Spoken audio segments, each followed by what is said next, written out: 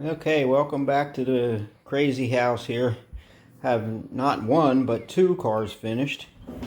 And I was holding off on the video until they were both done because they were like one day and the other one the next day. And as you can see here, my clear, I got new clear because when I went to use the old one, the activator had gelled. And I had two bodies ready to clear and I couldn't do any of them, so I had to order another liter here. It's dirt cheap. I cannot believe I got that liter of clear with activator for the equivalent of about $9, maybe a little over $9, including shipping. I mean, you can't buy a spray can. I can hardly buy a spray can of model paint for that price. So even if the other one was half empty before the activator gelled. So if I get to use half of it in a year and it gels again, I really can't complain about it financially. So anyway, I just wanted to share that. And now we'll go to the finished projects first. So there we got the Maverick and the Fiat. And I'm pretty happy with the way they came out, especially from a distance. Of course, when you look up close, you always see all your flaws. Let's move the Fiat out of the way and do the Maverick first. But this was a color I custom mixed up with some leftover greens and blues and just mixed them together. And I think it came out pretty good. I actually added a coat after the green. I have some really light blue pearl that I just put one coat over it just to see if it would do anything, and it kind of changed it a little bit, but I'm liking it. And I used I had some bare metal foil, but everybody complains about that stuff not sticking. And I found that I was able to order from Amazon for like $5.99 shipping. So I got a sheet of this where is it here? This mirror finish from Hasegawa, however the heck you say that.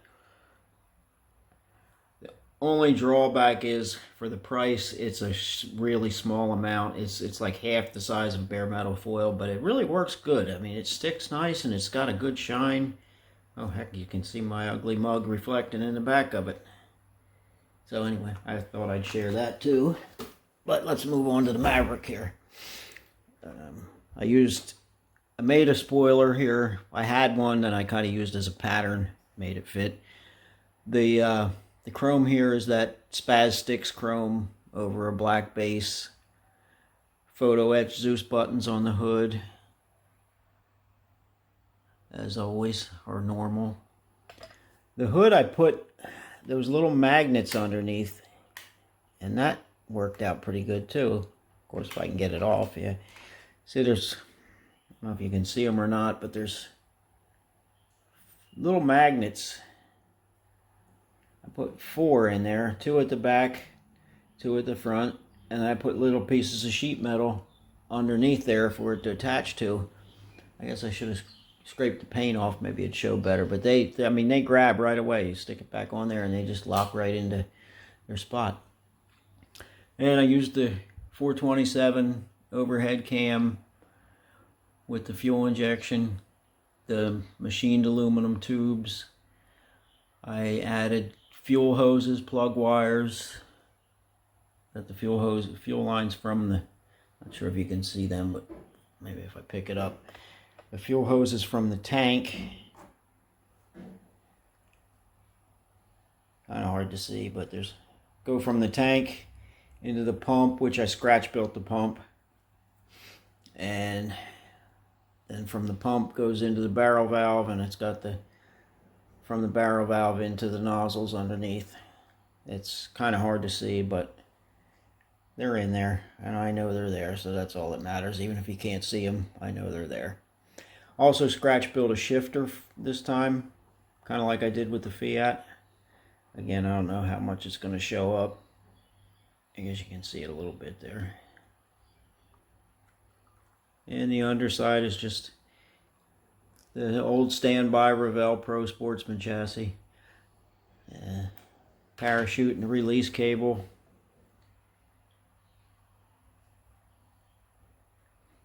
A lot of this stuff is my resin casting. I like the spoiler on the back, the wheels, and the wheels are pretty rough. I mean, I don't know if it shows up in the video, but they're very rough. There's a lot of pits in them, but you don't really notice it too much, especially on the shelf. And as I said before, since I don't have any model shows, they're just going to sit on the shelf, and it looks good enough for me there. So the hood, see how the hood locks in with the magnets? It doesn't even fall off when you shake it upside down. So that's a cool idea. I really like that. I'm going to use it more often. And then we'll go to the Fiat. This one's really delicate and fragile. I'm going to really be careful not to break that. A lot of scratch building. And until I actually got it finished, I wasn't thrilled with it. Even when I put the color on, it wasn't what I expected. It's an apple green pearl from a place in Australia. I can't even remember the name. But I was expecting like a little bit different shade of color, and I had to put a lot of coats on to get it to show like it does. But now that it's finished, I'm happy with it. I like it. And I put these side canard wings on, and I think that's what really made me more happy with it. Before I put them on, I think seeing the bottom of the aluminum underneath the body just didn't quite do it for me, but now I like it. And the front nose piece, I made that out of a sheet of styrene, just bent it up and glued it together. The headers were they're resin from an old, a guy that made stuff for dirt track stock cars. I just had to modify them a little bit. The collectors were real long, so I cut them off. Decals are kind of just extras from the sheets I had left over, kind of the same as the Maverick, just old slick stuff that I had. And again, the scoop was one of my castings, which had a lot of pits in it. The body was my casting with a lot of rough, it was very rough, needed a lot of work.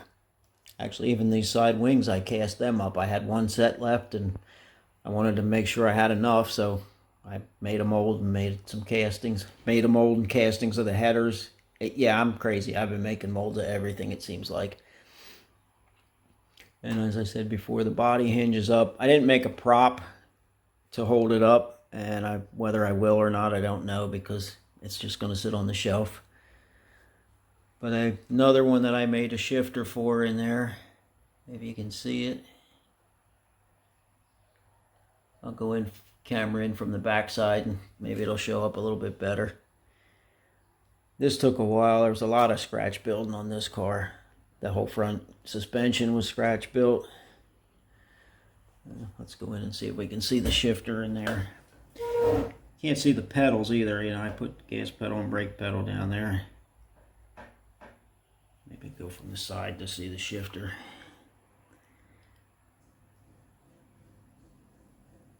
Yeah, it shows up pretty good there.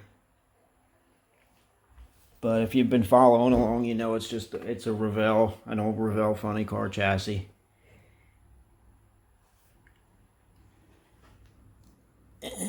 Yeah, see. And as I said, it's very delicate. I mean, everything's super glued, so it should stay together, but it just seems really fragile. So I try not to handle it too much. But those are the two finished projects. And let me get more for show and tell here. I have some resin stuff that I made, the floor pans, the chassis pans that I was trying to make. And they didn't come out bad. First one is the Revell, or what was this, AMT, I guess, the Nova, AMT 66 Pro Street Nova. Kind of thought maybe it'd be a good idea to have an extra chassis, so made a mold, made a chassis. It's not bad. Had a thin spot here at the back where it broke through, but that's easy enough to fix. And I realize being clear, it's kind of hard to see, but a little bit of paint and you can work with it. I haven't trimmed up all the edges completely yet. And then the other one I made was the Revell Pro Stock Oldsmobile floor pan. This is the kit piece, and that's the resin piece. That came out real nice.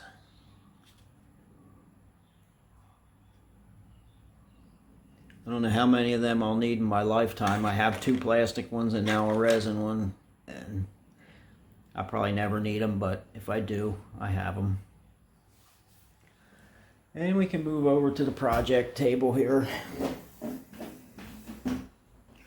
and show you the Nova that I've been working on. I didn't, actually I think I do have a picture of the real car. I'm going to try to drop that picture into the video somewhere. But the roll cage is finished now, as far as I know, and I don't think I have to add any more bars. I put the steering support on here last night. They get real tricky to get on there. But what I found that it helps is I take a piece of the styrene rod that I would use for the steering shaft, and I put it through the hole in the firewall and put some fun tack in there to hold it. And then I take what I use for a sleeve here, slide that down over, lock that in with fun tack also, so everything stays where it is. It just gives you like an extra hand. And then I take and super glue the supports in there. Once it's dry, you can pull it apart, and it's pretty strong. So anyway, that part's finished. The body, I put some primer on. It was given a false look of proportion by having that red roof and the white body. It just didn't look, you couldn't really visualize what you were seeing because of the different colors. So put some primer on it. Found where I need more body work, so I got some more putty on. The front nose is pretty well as it's going to be, except for, you know, finishing up body work. But I used that extra section of hood to make a front piece that, where's my hood? I guess it might stay in there. I think there's rails to sit on. Yeah. So now the hood actually lifts out, but the front stays on. And I think I'm going to cut the front clip off, but I'm not 100% sure about, because of where the roof posts are. I don't want to cut away. If I cut up the door line, it's going to put me into the roof post, and I really don't want that hanging out in the air with nothing to support it. So I may just cut a little bit in front of it, or I may leave it all one piece. I don't know. Made this little filler panel here to put the bumper in. Back didn't do anything really except open up the wheel wells.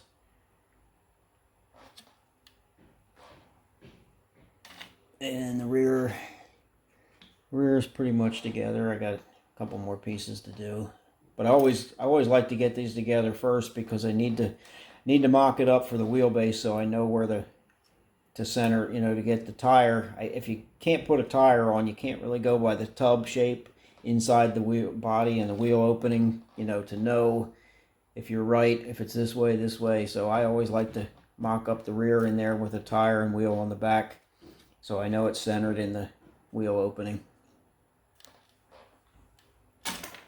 And I was looking for another project and couldn't decide what I wanted to start, and I kind of leaning towards this.